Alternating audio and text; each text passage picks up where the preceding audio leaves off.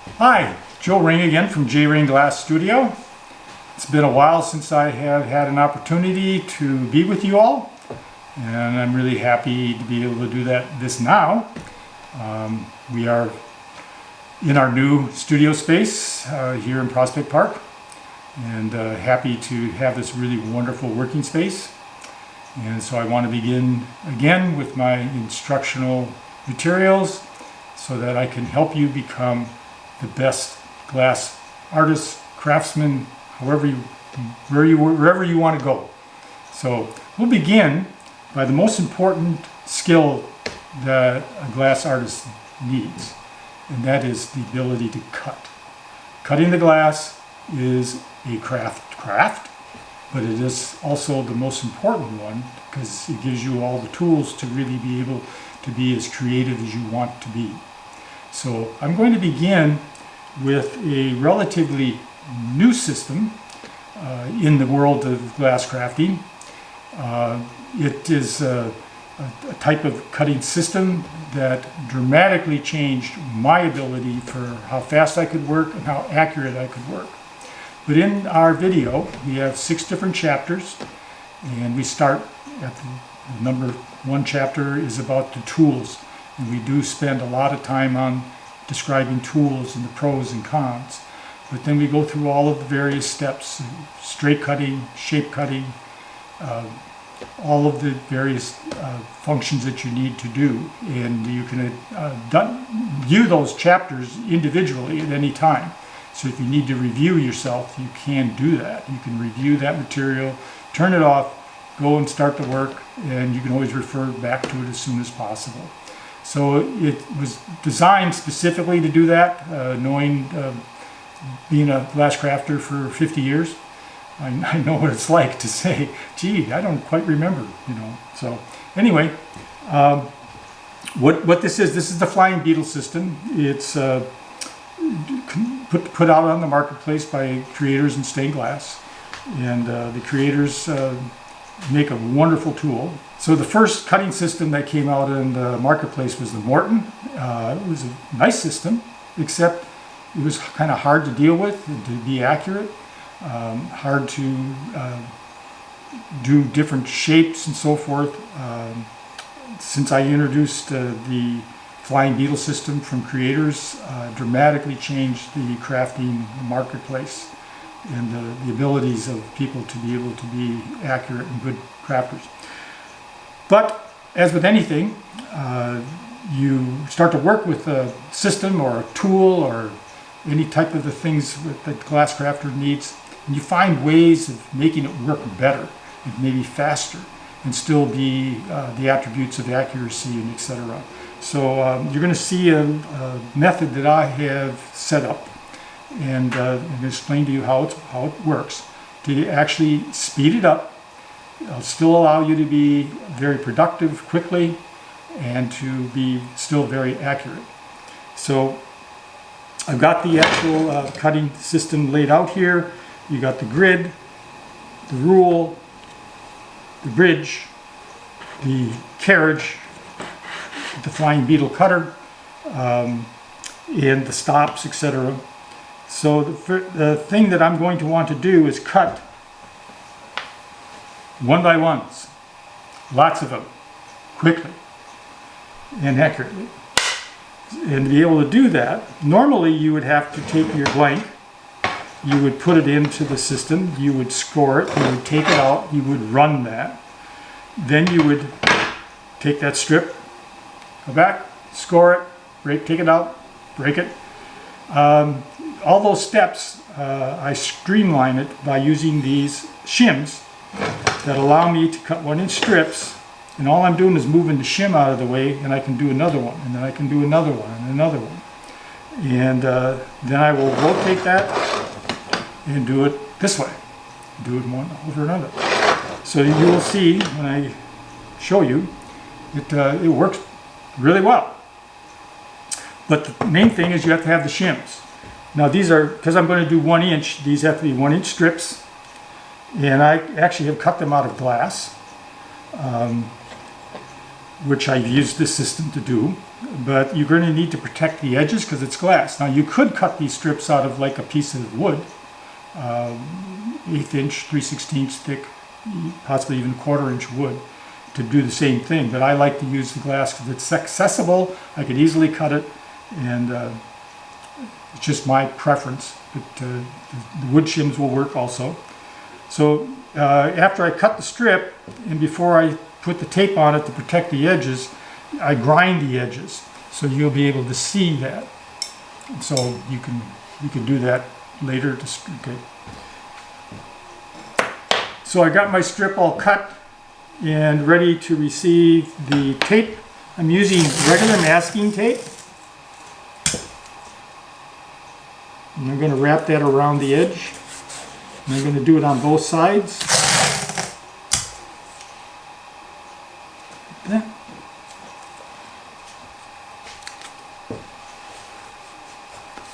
Now I'm doing this so that it's less likely to chip and damage, banging it up on each other. There we go. And now I'm going to take a razor blade and cut the excess off of the ends.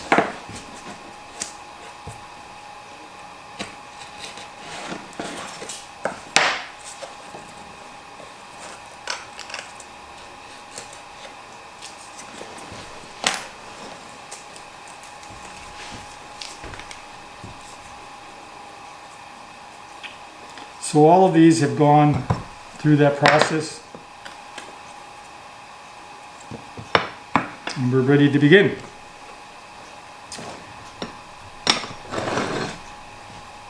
So what I've done is I have set the stop here at 9 inches.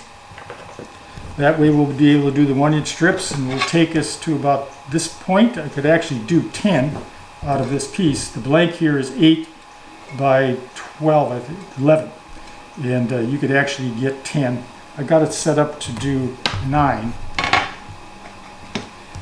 And I take all of these shims together, and I have my smooth side up, which is normal. And I will use my hand to keep that in place and firm. I have my flying beetle cutter head here, and I'll do about 2 scores, and then I'll re-oil it. I don't do it for each one because there's enough oil on there to be able to go those 8 inches without any trouble. So I'm going to begin, draw it towards myself, lift it up over the edge, pause, and I want my arm to be in line with the cutting bridge, and draw it towards myself. I have my feet separated, where my right foot is at a 45-degree angle, my left foot is straight, my body is in line with the bridge, and having my arm in line like that, bring it up over, push down, start to draw it towards myself.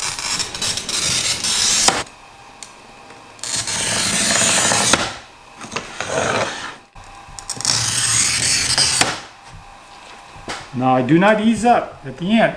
I continue until I hear that click. People say, oh, that's bad for the cutting wheel. Well, maybe a little bit of it. It's tungsten carbide, which I talk about in the video, which is really tough. And if you ease up, you many times will lose the score just at the end. And that's the end that you're going to want to run. So it's the worst place in the world. So I just warn you that I really think it's the best idea to come over and be sure you hear that click. Now I'm going to push the shim out of the way and move it over to the next leg.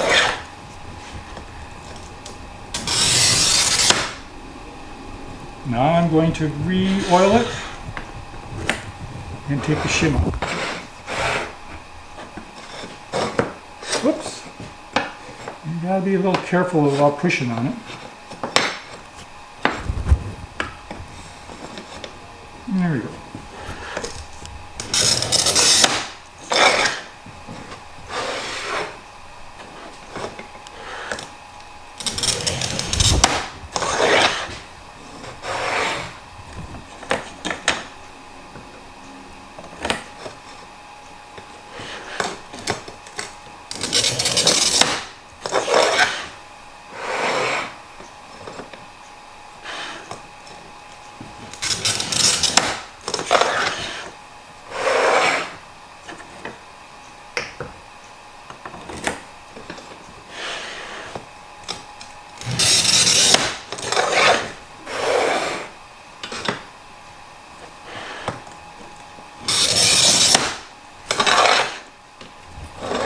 Okay, now we've got all the scores done, but before I run these, I'm going to actually put 2 strips of masking tape on the back.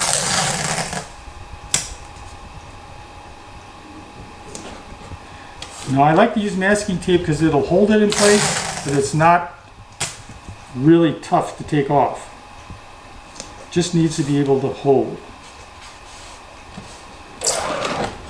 Now I will begin the run of these going such, but the tape will hold it in place.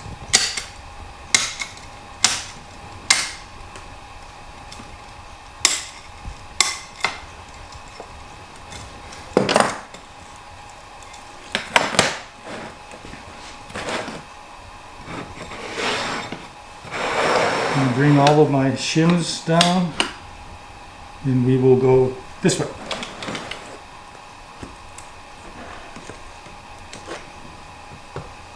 Crossing it.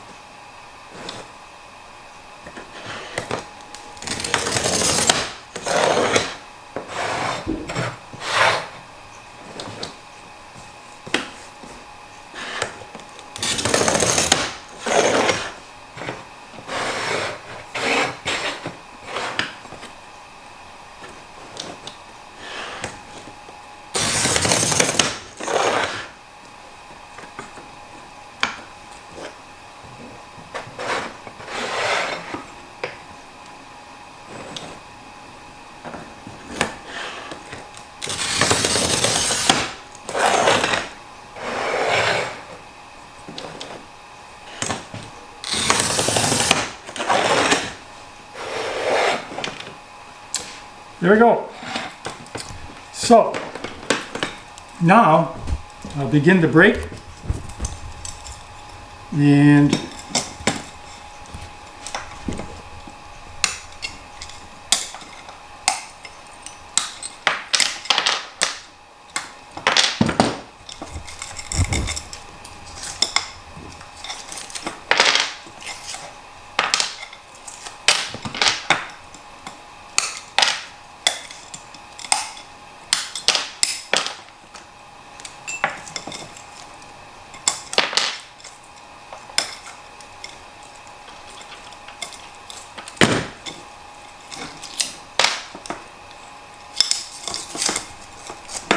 you can also, if you wish, you can take the tape off completely and then begin the running process.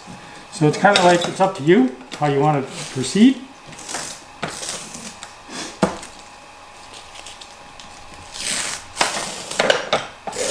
Some will prefer one, some will prefer the other.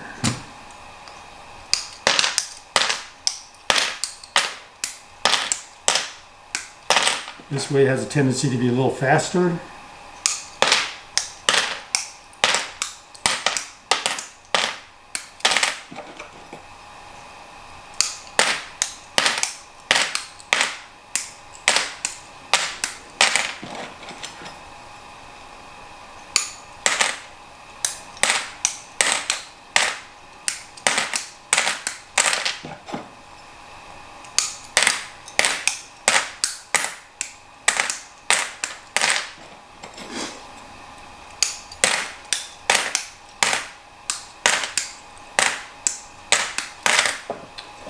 And that is the end. Now, like I said, I could have still had another run here, but I didn't have the shims for it. But there you go. Now, there are 64 pieces here altogether. And you can see the amount of time that it took me to cut those 64 pieces. The ones that I did before, these lined up in a bunch. But the thing is, you can see is how consistently accurate they are. These are just perfect. So, to give you an idea of what like I've used these for, there's a pieces I've done where I got these 1x1s, and I normally would take a while to cut all these, but I can cut that time in half easily, and I can do many, enough to do a run, and save myself a lot of time, and you'll actually save material overall. This system can be used for doing any kind of rectangle, any type of a square or elongated piece. Rectangular piece, for stained glass, for fusing, or mosaics. Now this 1x1 is kind of large for mosaic work, but you can also set these up so you can do. These are 5/8 by 5/8. So there you go. So for the mosaic people who want much smaller smalty, there you go, 5/8 by 5/8, perfect squares. So it's up to you, but I hope you will maybe give this a try, and you'll find that it's a great method for being able to do large quantities of shapes of this nature. So if you have any questions or comments, you can contact us at any time. Be more than happy to have answer any questions. But hopefully there's many more nice tips and techniques for making your cutting more accurate and more productive. So, thank you. Look forward to hearing from you.